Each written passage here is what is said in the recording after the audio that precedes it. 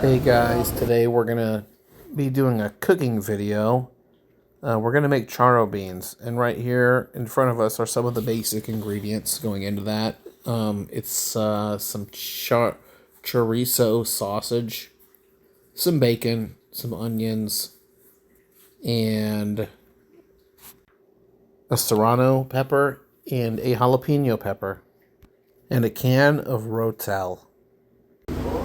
So I forgot to film this part, but I already have the beans cooking over here. These are 2 cups of pinto beans and some chicken stock and some vegetable stock, about 8 cups.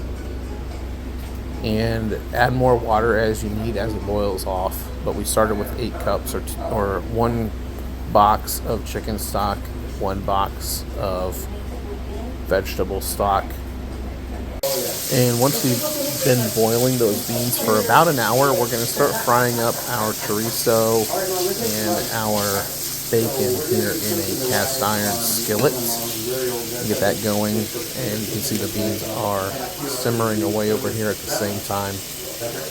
Just keep adding water at about 2 cups at a time as needed. And keep an eye on your meat as it's sizzling. We want to brown this up real quick. And once the meat is browned, we're going to add onions and the peppers to that pan.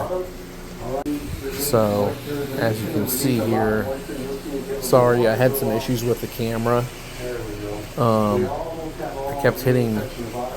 I thought I was hitting record when I was hitting the stop button instead, but here is everything. These are our onions, peppers, etc., all in the pan. And so we added those ingredients to the beans now. And another thing that I accidentally didn't record is when I added all of the onions and meats to the beans, I also added 2 tablespoons of butter and also a can of tomato sauce into there as well, just to give it some more flavor and depth.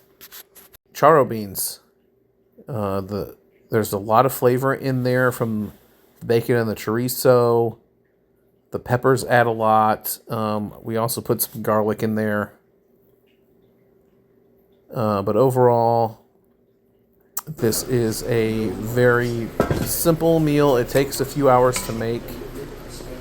But in the end, you're going to get a great result. See those peppers? They're just kind of falling apart in there, which is what you want. You might have to pick out the stems, which is okay. That's the traditional way for charro beans. And I would say I cooked these for about 3 hours for the beans to get tender. And we also had some Mexican rice going there as well. But I hope you guys enjoyed this cook vid, and I hope you try making this dish in the future. And don't forget, as always, like and subscribe to the channel if you want to see more cook vids. And have a nice day.